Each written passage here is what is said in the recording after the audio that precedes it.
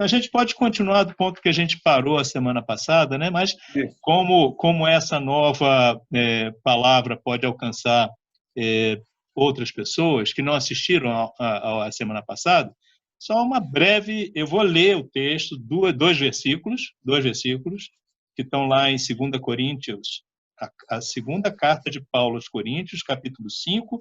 Eu vou ler os versículos 17 e 18. E vou assim, tocar pontos muito fundamentais do versículo 17 e explorar um pouco mais o versículo 18 hoje, ok? Então, diz assim a carta de Paulo, a segunda carta aos Coríntios, no seu capítulo 5, versículos 17 e 18. E assim, se alguém está em Cristo, é nova criatura. As coisas antigas passaram, e eis que se fizeram novas. Ora, tudo provém de Deus, que nos reconciliou consigo mesmo por meio de Cristo e nos deu o ministério da reconciliação. Até aí. Nós vimos que, e é bom sempre lembrar, essa carta de Paulo é conhecida como carta de consolação, né? Nós que fazemos capelania, está muito dentro do nosso contexto. Embora o objetivo de Paulo fosse outro, mas as consolações que Paulo usa aqui nessa carta servem muito, caem como uma luva para o ministério de capelania hospitalar, né? A capelania é muito mais ampla do que somente a hospitalar. Mas falando em consolação, sim, para quem está passando por adversidades, como encorajamento nas adversidades, esse é o contexto da carta de Paulo, uma igreja que ele plantou na cidade de Corinto, entreposto comercial romano, muito forte economicamente, e por isso mesmo, com todos os males que vêm de uma grande metrópole, de muito movimento de recursos e de entreposto comercial. E Paulo plantou ali uma igreja, foi bem sucedida, mas Paulo, logicamente, voltou para Jerusalém. Ele fez isso durante a sua segunda viagem missionária, ele tinha outras cidades para cuidar, e a igreja lá foi bem até o ponto em que apareceram coisas, parece que é típica de hoje, mas desde o passado, falsos mestres entrando nas nossas igrejas, pregando falsas doutrinas e gerando falsos crentes, ou crentes iludidos, ou crentes que não creem em Cristo somente como único e bastante Salvador de suas vidas e Senhor de suas vidas, né? Então, isso aconteceu lá. E pior, esses falsos mestres começaram a questionar Paulo, a autoridade dele sobre a igreja. Ele fundou a igreja. Deve ter ficado doído isso no coração de Paulo, né? E uma igreja rica fez uma oferta, ou seja, arrecadou entre os irmãos ofertas para que Paulo levasse para Jerusalém, para a igreja em Jerusalém, onde, pela perseguição, eles estavam passando dificuldades, inclusive financeiras. E esses falsos mestres, eles questionaram Paulo, até começaram a questionar a questão dele, a própria idoneidade dele, e Paulo escreveu essa carta primeiro para mostrar que a autoridade dele vinha de Deus, e depois para dizer qual era o verdadeiro evangelho, o evangelho que regenera, o evangelho que traz paz, que reconcilia com Deus. Esse é o principal foco. E das duas cartas, eu acho que esse capítulo 5 da segunda carta, ele é o mais objetivo, é o mais claro em o que acontece com a pessoa que é regenerada. Foi o que nós vimos com mais detalhes no versículo 17. Né? Versículo 17 diz: e assim, se alguém está em Cristo, é nova criatura. As coisas antigas passaram, eis que se fizeram novas. Só para ficar bem claro na nossa cabeça, estar em Cristo. E assim, se alguém está em Cristo. Em Cristo, nós somos unidos a Cristo, de tal forma que não somos mais nós que vivemos. Paulo chegou a falar isso em Gálatas. Não sou mais eu quem vive, mas Cristo vive em mim. Rapaz, que coisa sensacional, né? Como falar assim, chegar a bater na porta de casa aqui, o Augusto está aí? Não, está não. Ah, mas você não é Augusto? Não, eu sou o Cristo. Parece uma pretensão, mas é isso. Você incorpora de tal forma as verdades do Evangelho, essa graça de Deus em Cristo, que você vive plenamente o Evangelho e você se torna uma nova criatura. E o versículo fala assim: você é nova criatura. O verbo criar, da onde vem a derivação criatura, como de origem criar, no original grego é exclusivo de Deus, é da criação do nada. Ou seja, não tem nada em nós que tenha ajudado a que nós sejamos nova criatura. Deus em nós nos fez nova criatura a partir dele mesmo, da vontade dele, no momento em que até ele mesmo nos deu a fé em Cristo. E aí nós vivemos isso, entendemos isso, e o Espírito Santo se apodera de nós, no bom sentido, de tal forma que nós somos um em Cristo. Isso é que ser em Cristo, em nova criatura, nós somos completamente regenerados, não somos simplesmente reformados, que é uma linguagem religiosa, né? Nós nascemos de Deus, de novo, a ponto de Jesus falar que para entrar no reino dos céus era preciso nascer de novo, ser nova criatura. E as coisas antigas passaram. Que coisas antigas são essas? A velha ordem, a velho mandamento. Deus criou todas as coisas, criou tudo muito bem, está lá em Gênesis 1:31, então estava tudo bem, mas o homem pecou. E a ordem que havia para que o homem pecou era simples, está lá em Gênesis 2:16, e o Senhor lhe deu essa ordem: de toda árvore do jardim comerás livremente, mas da árvore do conhecimento do bem e do mal não comerás. No dia em que comerdes, morrerás. E nós comemos dessa árvore lá no Éden e merecemos a morte. Então nós estávamos em briga, nós nascemos, olha, interessante, hein? Nós nascemos mortos. A criança que acabou de nascer, nasceu morta espiritualmente, porque ela nasce no pecado de Adão. E nós somos regenerados na graça de Deus em Cristo Jesus. É isso que fala, as coisas antigas já passaram, ou seja, aquela ordem que nós não conseguimos cumprir, Cristo na cruz e na vida dele, ele cumpriu por nós. Ele veio e cumpriu toda a lei. E através dele, nós temos uma nova aliança com Deus.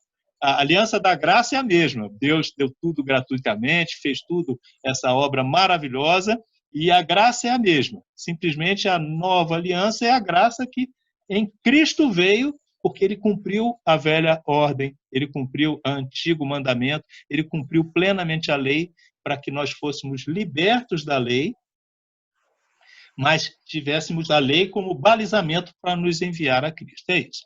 Agora, no versículo seguinte, o versículo 18, fala assim: ora, tudo provém de Deus, como explicando, né?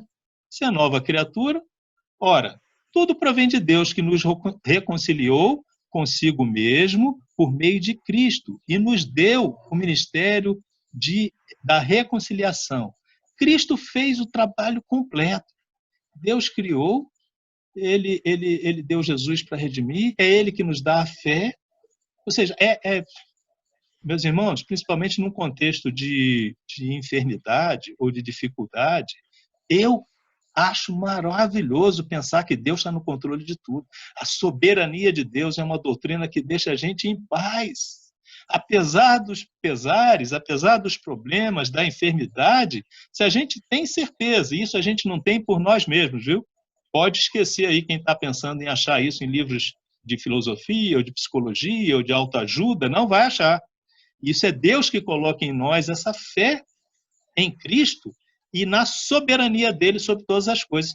Eu não vou temer. Se Deus é soberano e me deu alguma coisa ruim, ele sabe o que está fazendo. Eu confio nele, por algum propósito tem naquilo, nem que seja uma enfermidade, meus irmãos. Porque nós vamos morrer materialmente, o nosso corpo vai perecer. Então não é mais cedo ou mais tarde, ou pela doença, ou pela idade, ou por um atropelamento, ou qualquer coisa, a nossa matéria vai acabar. Né? Então Deus é soberano sobre todas as coisas, ele só quer nos regenerar para que a gente tenha uma vida eterna. Então, quando o versículo fala assim, ora, tudo provém de Deus, é tudo mesmo. É a nossa regeneração, é a fé que entra em nosso coração e a nossa santificação. É a partir daí que nós começamos a caminhar buscando mais a palavra de Deus, buscando mais conhecer a esse Cristo pelo qual nós nos regeneramos, e nós começamos a ficar mais parecidos com Cristo. E é isso que Paulo diz, você vai buscando cada vez mais o exemplo de Cristo, que você se apaixona. Você se apaixona por Jesus, pela história dele, pelo sacrifício dele, o que ele fez por você, e você incorpora isso. O evangelho entra em você. Isso é estar em Cristo, e isso tudo provém de Deus, né? Pela sua sabedoria e pela sua soberania. Romanos 11:36 fala bem claro isso, quanto aos desígnios de Deus, quando Paulo fala assim, porque dele, por ele, por meio dele e para ele são todas as coisas.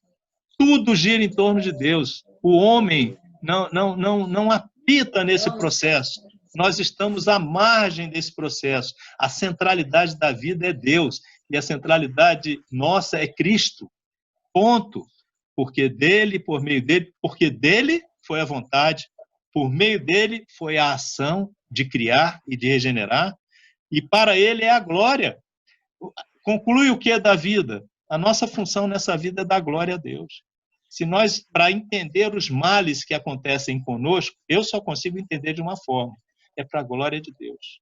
É para Deus manifestar a glória de alguma forma, através de mim.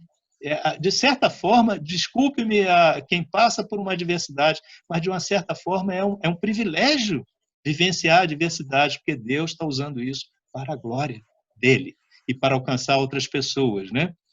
Então, isso fica bem claro para mim lá quando Deus designa um profeta, Jonas, né, para pregar o evangelho em Nínive, uma cidade enorme, do tamanho de Corinto, talvez, ou maior, e Deus é soberano. O profeta vai lá pregar a palavra de Deus.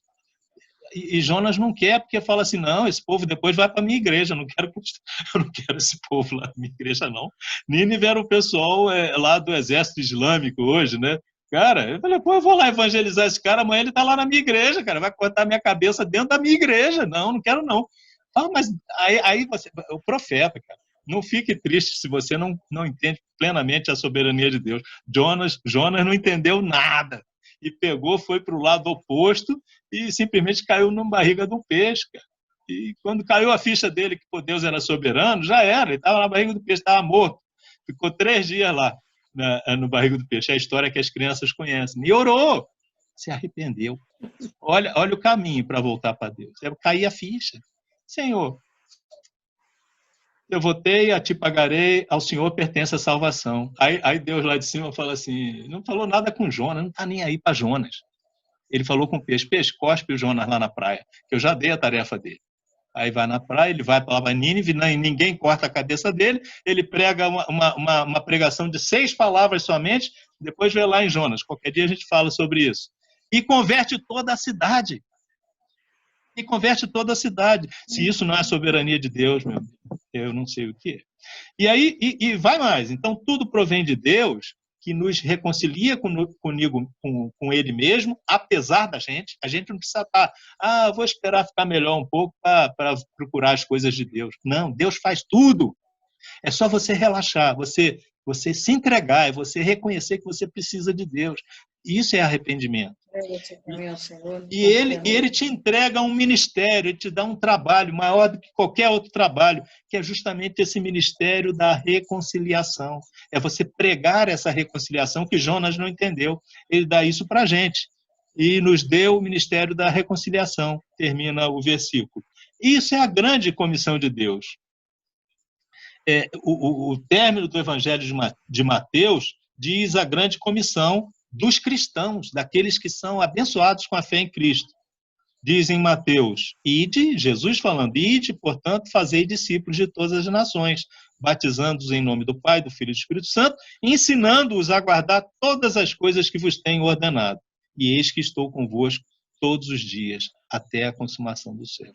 Deus nos regenera e nos transforma em missionários. É o segundo ponto.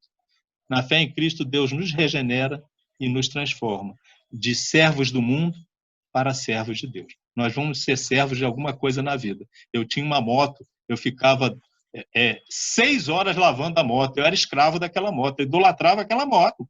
Você vai ser escravo de alguma coisa na vida. Em Cristo, nós deixamos de ser escravos do mundo para ser escravos de Deus. É a melhor coisa que a gente pode fazer. Amém? Essa é a mensagem desses 2 versículos. Que Deus nos abençoe abundantemente com a fé em Cristo Jesus. Amém.